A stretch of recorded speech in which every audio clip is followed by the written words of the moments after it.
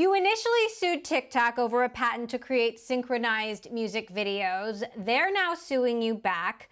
How is TikTok allegedly, in your view, stealing your technology? Well, I mean, the patent's very straightforward. I mean, you sync the song to a dynamic movement of a video, and you create a music video.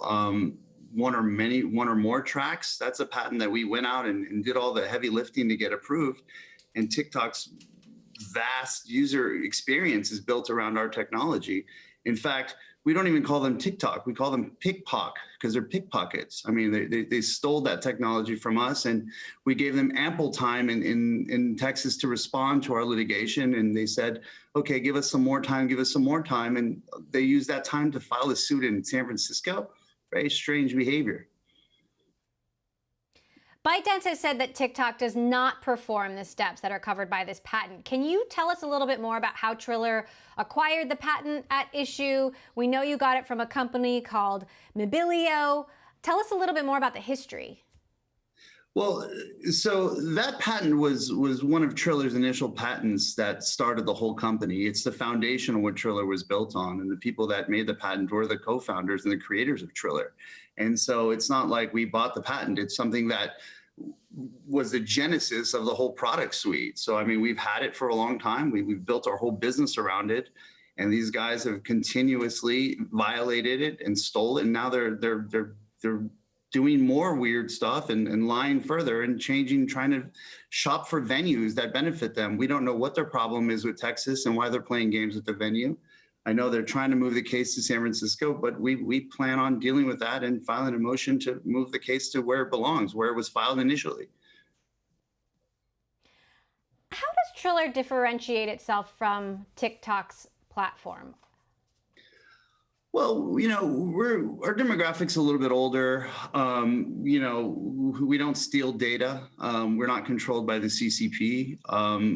We have different marching orders. We don't have political agendas. We don't play in those arenas. At the end of the day, our app is it's a fun app. It's for music discovery. It's to showcase technology, and it's for people to share their expressions and their voices without any other ulterior motives.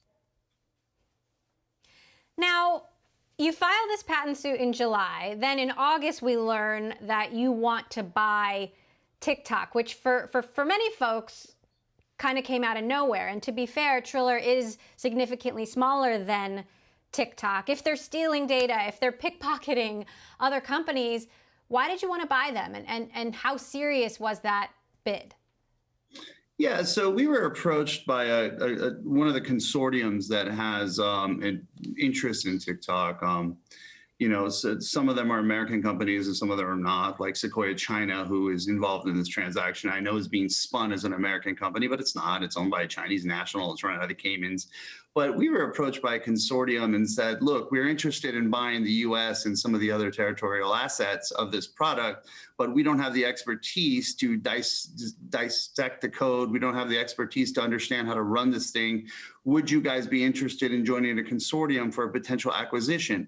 And we said, sure, we're always interested in the conversation if it makes sense. We feel like, that it does have a big user base and the metadata is useful, and we would be able to use our recommendation algorithms and our people to run it properly. So that's where the conversation started, and the conversation continued. And I don't know, it's just more lies by TikTok and ByteDance. I mean, these people are it's just the bizarrest thing. We don't really understand anything that they do. Our legal teams are the only thing they can think of is that they're desperate, and they see that there's a lot of fear here. And this is one of the best ways for them to really try to change the national security threat and the fact that they're stealing American technology into a different story. I mean, there's no other logical explanation. We're still waiting for President Trump's attempts to ban TikTok to play out in court. Just in the last few minutes, reportedly, a judge has rejected the Commerce Department's order to sort of handicap TikTok's technical abilities, which could have really hurt their ability to operate in the U.S. for the time being. But what would be the ideal situation in terms of this Trump-China TikTok situation and how it plays out for you? Well, I think that's pretty obvious. It's hard for us to answer that because we have such a such a bizarre past and vested interest in these people in this product. We're not saying use Triller. Use an alternative. Just don't use TikTok. I mean, what they do is just it's been bad. It's been bad for us politically. They get their orders from the CCP, which, as you know, has no interest in our American. They're after global domination. They're capturing everybody's information and sending it back. They're making a mockery of our court system. I mean, what else can they do, to get kicked out of here? I mean, look at American companies can't operate in China. Our friends at Uber got arrested basically until they gave the company over to the Chinese government. How is Google doing in China? How's Facebook doing in China?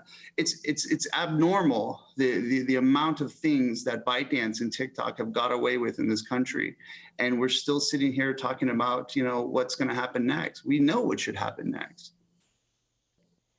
So, this filing of TikTok's lawsuit against you, and I hear what you're saying. They do have hundreds of millions of users around the world. You've been in talks about a potential merger that would lead to Triller going public. Has this latest lawsuit from TikTok negatively impacted those plans?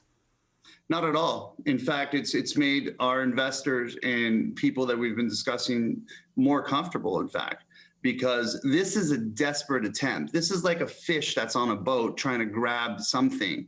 If they were serious in their defense about our claims, they would have just responded to it in the proper venue.